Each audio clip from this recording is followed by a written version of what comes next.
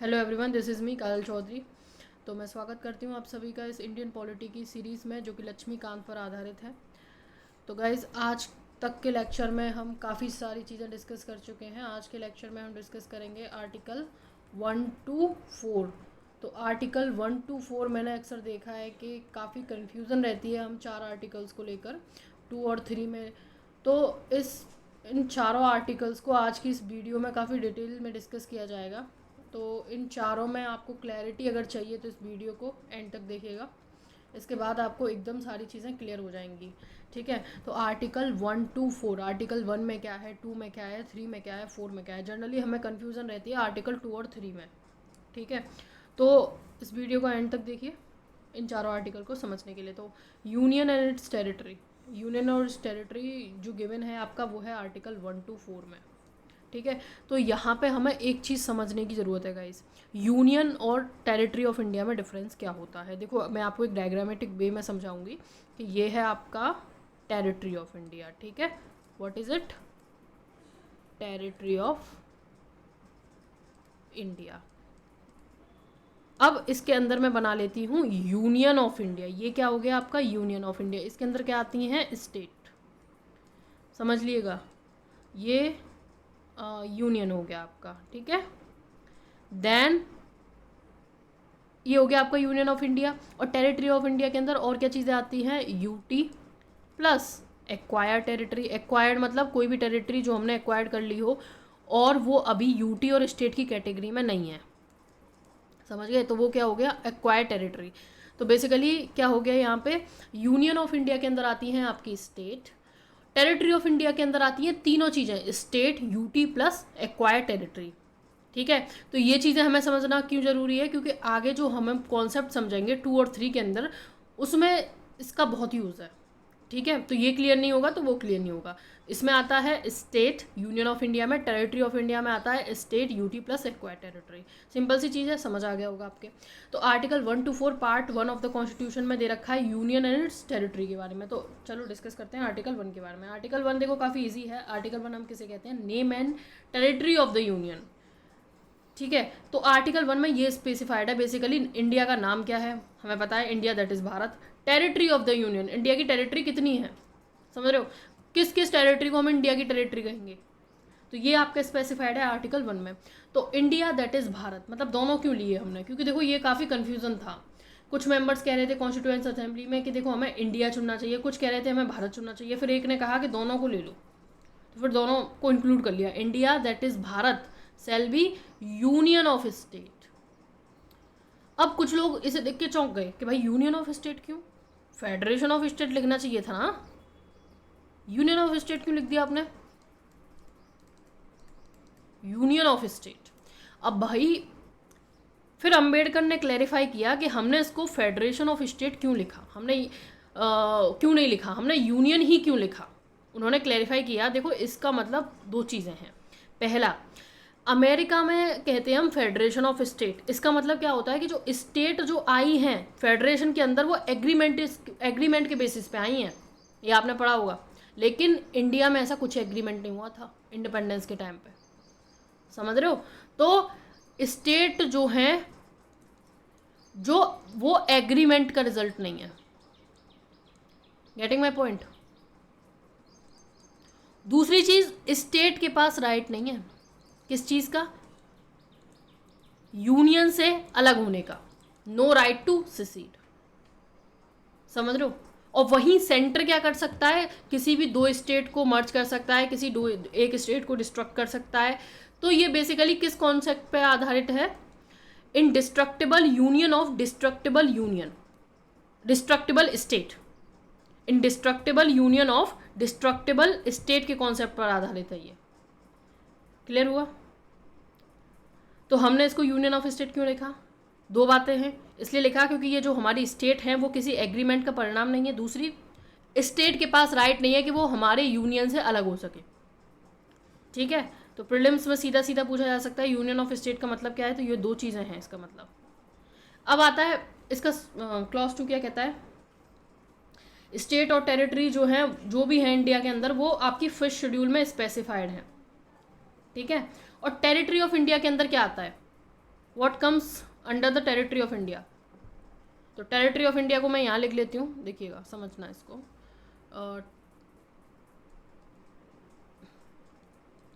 Territory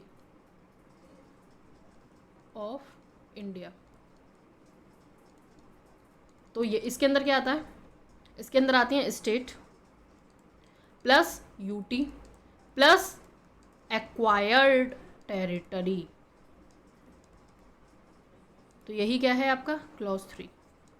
territory of India के अंदर क्या आता है? State, UT plus acquired territory.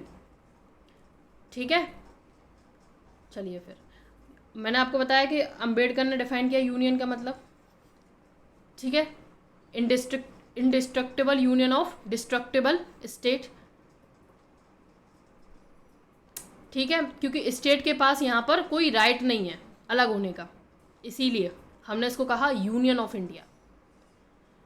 समझ रहे हो? अब मैंने आपको बताया यूनियन ऑफ इंडिया में क्या आता है। यूनियन ऑफ इंडिया में आता है आपका सिर्फ स्टेट। वहीं अगर मैं टेरिटरी ऑफ इंडिया की बात करूं, टेरिटरी ऑफ इंडिया में क्या आ जाता है? टेरिटरी ऑफ इंडिया में स्टेट आता है, यूटी आता है और such other territory as may be acquired in future. ठीक है, तो ये चीज़ें हैं। और स्टेट और टेरिटरी जो भी हैं हमारे इंडिया में, वो आपकी स्पेसिफाइड हैं फर्स्ट शेड्यूल में इंडियन कॉन्स्टिट्यूशन के। स्टेट आपका डिवीजन ऑफ पावर एंजॉय करता है सेंटर के साथ, लेकिन जो यूटी है, यूटी को डायरेक्टली एडमिनिस्टर किया जाता है सेंटर के द्वारा। समझ रहे हो? ठीक है, तो ये क्लियर हुआ होगा आपका आर्टिकल 1, यूनियन की डेफिनेशन, टेरिटरी की डेफिनेशन, और जो है स्टेट किसके अंदर आता है, स्टेट का पावर स्ट्रक्चर कैसा है सेंटर के साथ, और यूटी का कैसा है, यूटी को सेंट्रली एडमिनिस्टर किया जा रहा है उसके द्वारा। ठीक है, फर्स्ट शेड्यूल में इनका नाम, एरिया, सारी चीज़ें डिफाइंड है। चलिए फिर आर्टिकल 2। आर्टिकल 2 के अंदर क्या है? आर्टिकल 2 जो है ये पार्लियामेंट को 2 पावर देता है। पहली पावर क्या है कि पार्लियामेंट जो है एक नई स्टेट बना सकता है। ध्यान से सुनना इसको, पार्लियामेंट एक नई स्टेट बना सकता है। कौन सी स्टेट? जो यूनियन ऑफ इंडिया का पार्ट नहीं है। देखो यूनियन ऑफ इंडिया, आओ दोबारा से इसमें, ये रहा यूनियन, क्योंकि इसमें स्टेट है। यहां हो गया आपका यूटी, यहां हो गया आपका एक्वायर्ड टेरिटरी। अब देखिएगा, ध्यान से सुनना इसको, इसमें कंफ्यूजन का स्कोप है बहुत। स्टेट जो है, पार्लियामेंट जो है एक नई स्टेट बना सकती है। कौन सी स्टेट? जो यूनियन ऑफ इंडिया का पार्ट नहीं है। मतलब फिर कहां से लाएगी ये स्टेट? हो सकता है किसी यूटी को स्टेट बना दे, एक्वायर टेरिटरी को स्टेट बना दे। तो ये यहां से अंदर आ रहा है, टेरिटरी ऑफ इंडिया से यूनियन ऑफ स्टेट में आ रहा है आर्टिकल 2 के अंदर। समझ रहे हो? और इसके लिए आपको कोई कॉन्स्टिट्यूशन अमेंडमेंट एक्ट की रिक्वायरमेंट नहीं है। I hope it is clear. समझ आ रहा? जैसे सरकार ने क्या किया, उसकी कोई टेरिटरी थी, यूटी थी, उसको स्टेट बना दिया। तो यहाँ पे आर्टिकल 2 के अंदर उसी स्टेट को बनाया जाता है जो यूनियन ऑफ इंडिया का पार्ट ना हो। और आर्टिकल 3 के अंदर फिर हम क्या करते हैं? आर्टिकल 3 के अंदर हम करते हैं कि जो यूनियन ऑफ इंडिया है, इसके अंदर जो स्टेट है उसी में बदलाव ले आना, इनकी बाउंड्री को चेंज कर देना, 2 और 2 स्टेट, 2 से 2 अधिक स्टेट को बनाकर एक स्टेट बना देना, या फिर एक स्टेट का इसका आधा एरिया, इसका आधा एरिया बनाकर एक नई स्टेट बना देना। तो with in the union of India जो हम चेंज करेंगे उसी वो होता है आपका आर्टिकल 3 के अंदर। इसके लिए भी आपको कोई कॉन्स्टिट्यूशन अमेंडमेंट एक्ट की रिक्वायरमेंट नहीं होती। इन दोनों में चेंज हो जाता है आपका सिंपल मेजॉरिटी से। ठीक है, तो आर्टिकल 2 के अंदर क्या होता है, हम उस स्टेट को बनाते हैं जो यूनियन ऑफ इंडिया का पार्ट ना हो,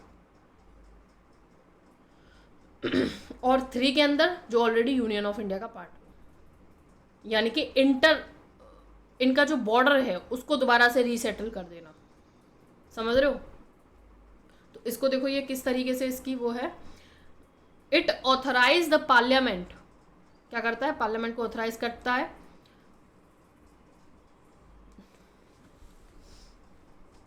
to form a new state by separation of territory from any state or by uniting 2 or more state, यानी कि यूनियन ऑफ इंडिया, इसमें स्टेट्स हैं। या तो एक स्टेट को दूसरे स्टेट से मर्ज कर देगा, या फिर 3 स्टेट को आपस में मर्ज कर देगा कि देखो ये फिर एक स्टेट बन गई, या फिर एक स्टेट का किसी का नाम चेंज कर देगा, या फिर किसी का एरिया चेंज कर देगा। तो ये आपका गिवन है आर्टिकल 3 के अंदर। लेकिन इसके रिगार्ड में 2 कंडीशन है। पहला, ऐसा करने से पहले इसको प्रायर परमिशन लेनी होगी, किसकी? प्रेसिडेंट की। प्रेसिडेंट की रिकमेंडेशन पर ही ये ऐसा कर सकता है। दूसरा, व्यू ऑफ अ स्टेट, इसको व्यू ऑफ स्टेट की भी रिक्वायरमेंट होगी। लेकिन हमें ये याद रखना है, स्टेट को जो है अपना व्यू एक स्पेसिफाइड टाइम में देना होगा। अगर वो नहीं दे पाती तो हम ये मान लेंगे कि उसने अपना व्यू दे दिया है और वो हाँ ही है। लेकिन प्रेसिडेंट पे स्टेट का व्यू बाइंडिंग नहीं है, नॉट बाइंडिंग ऑन प्रेसिडेंट। ठीक है, तो ये है आपका article 3। I hope it is clear. चलिए फिर आगे बढ़िए। अब ये होता है इसका कि ये जो बिल है वो प्रेसिडेंट की रिकमेंडेशन से ही इंट्रोड्यूस किया जाएगा।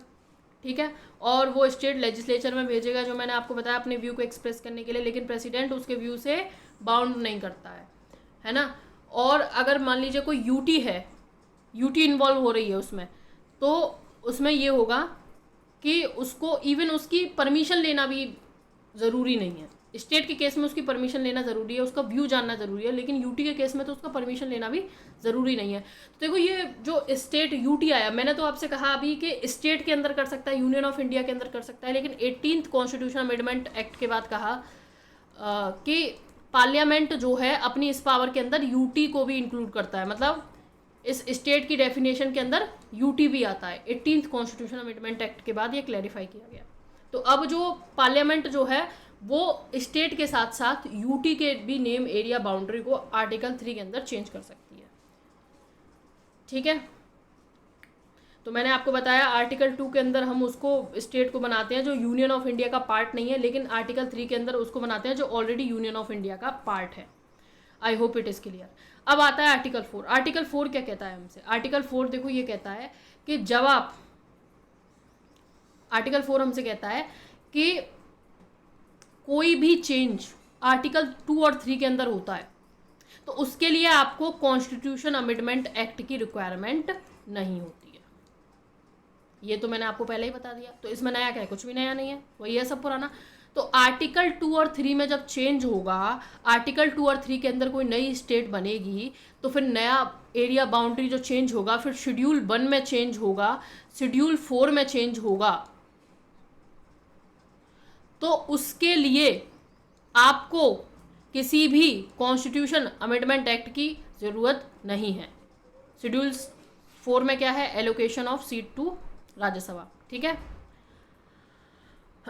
तो इसके लिए आपको कोई कॉन्स्टिट्यूशन अमेंडमेंट एक्ट की ज़रूरत नहीं होगी। तो यही क्या कहता है आपका आर्टिकल 4। ये आपका किया जा सकता है सिंपल मेजॉरिटी से। Getting my point? चलिए फिर अब बात आती है 9th कॉन्स्टिट्यूशन अमेंडमेंट एक्ट 1960। ये क्यों हुआ फिर जब कॉन्स्टिट्यूशन अमेंडमेंट एक्ट की रिक्वायरमेंट नहीं है हमें? तो ये भी क्लैरिफाई करना बहुत ज़रूरी है। देखो, एक टेरिटरी थी बेरूबारी यूनियन, जो इंडिया ने पाकिस्तान को सीड कर दी, मतलब दे दी। ऐसे में इसको लेकर पॉलिटिकल एजिटेशन हो गया पूरी कंट्री में कि भाई ऐसा क्यों कर दिया, हमारा देश बेच दिया तुमने। तो फिर देखो इसके पीछे क्या हुआ। इसके पीछे ये हुआ, अब ये मैटर जो है सुप्रीम कोर्ट पे गया। सुप्रीम कोर्ट ने कहा कि देखो हाँ सही बात है कि पार्लियामेंट के पास पावर है कि वो एक नई स्टेट को बना सकता है, एक स्टेट को बिगाड़ कर दूसरी बना दे, या फिर 2-3 स्टेट को मर्ज कर दे, ये कर सकता है वो आर्टिकल 3 के अंदर।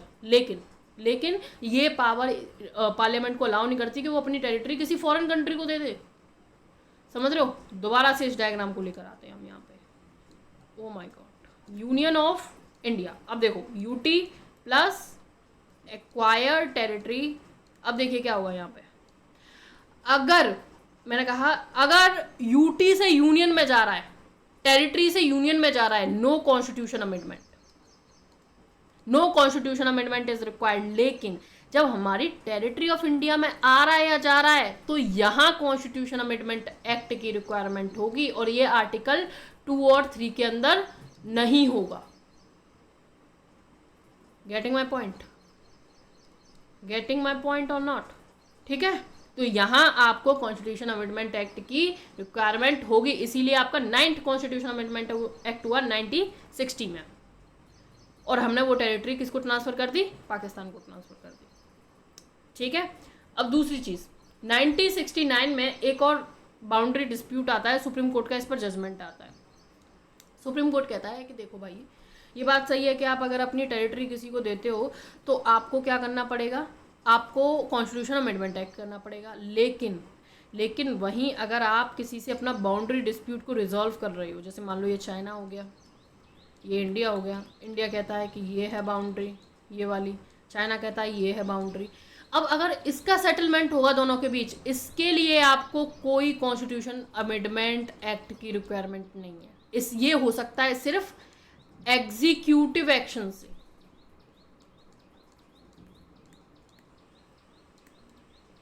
ठीक है, ये किससे हो सकता है? सिर्फ एग्जीक्यूटिव एक्शन से। क्यों? क्योंकि यहाँ कोई टेरिटरी ट्रांसफर नहीं हो रही है। यहाँ पे क्या हो रहा है? यहाँ पे आपका बाउंड्री डिस्प्यूट रिजॉल्व हो रहा है। ठीक है, अब फिर आता है 100 कॉन्स्टिट्यूशन अमेंडमेंट एक्ट क्यों हुआ? जब यहाँ पे हमें ज़रूरत नहीं है, तो ज़रूरत है इसकी, क्योंकि यहाँ पर टेरिटरी भी ट्रांसफ़र हुई है, बाउंड्री के डिमार्केशन के संग संग टेरिटरी भी ट्रांसफ़र हुई है। 100 कॉन्स्टिट्यूशन अमेंडमेंट एक्ट हुआ इंडिया और बांग्लादेश के बीच में, जो सेटलमेंट हुआ था उसको लेकर। तो यहाँ पे बाउंड्री को डिमार्केट किया गया था। इंडिया और बांग्लादेश के बीच में जो बाउंड्री है वो है अराउंड 4096 किलोमीटर के अराउंड है अप्रॉक्सीमेट फिगर, मुझे नहीं पता। ठीक है, तो ये अराउंड है उसके। अब क्या है, यहाँ क्या हुआ? यहाँ टेरिटरी भी ट्रांसफ़र हुई एक दूसरे के बीच में। जैसे मान लो ये इंडिया है, इंडिया में बांग्लादेश की कुछ टेरिटरी थी, ये बांग्लादेश है, बांग्लादेश में इंडिया की कुछ टेरिटरी थी। अब इन्होंने क्या किया? इन्होंने कहा कि देखो हमारी ये जो बांग्लादेश के अंदर आ रही है वो बांग्लादेश की होगी, इंडिया के अंदर आ रही है वो इंडिया की होगी। तो मतलब इस तरीके से इन्होंने क्या किया? अपनी टेरिटरी को ट्रांसफ़र किया। तो इंडिया ने ट्रांसफ़र किया अराउंड 111 इनक्लेव टू बांग्लादेश, और बांग्लादेश ने इंडिया को ट्रांसफ़र किया 51 इनक्लेव। तो इसके लिए हमें कॉन्स्टिट्यूशन अमेंडमेंट एक्ट की रिक्वायरमेंट थी, क्योंकि यहाँ टेरिटरी का ट्रांसफ़र हुआ है। तो ये चीज़ भी हमें ध्यान रखनी है। क्लियर हुआ?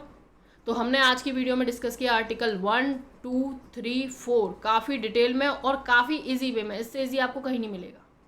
ठीक है, तो अगर आपको ये मेरा वीडियो अच्छा लगा तो इसको लाइक करें, शेयर करें और सब्सक्राइब करें। Thank you everyone.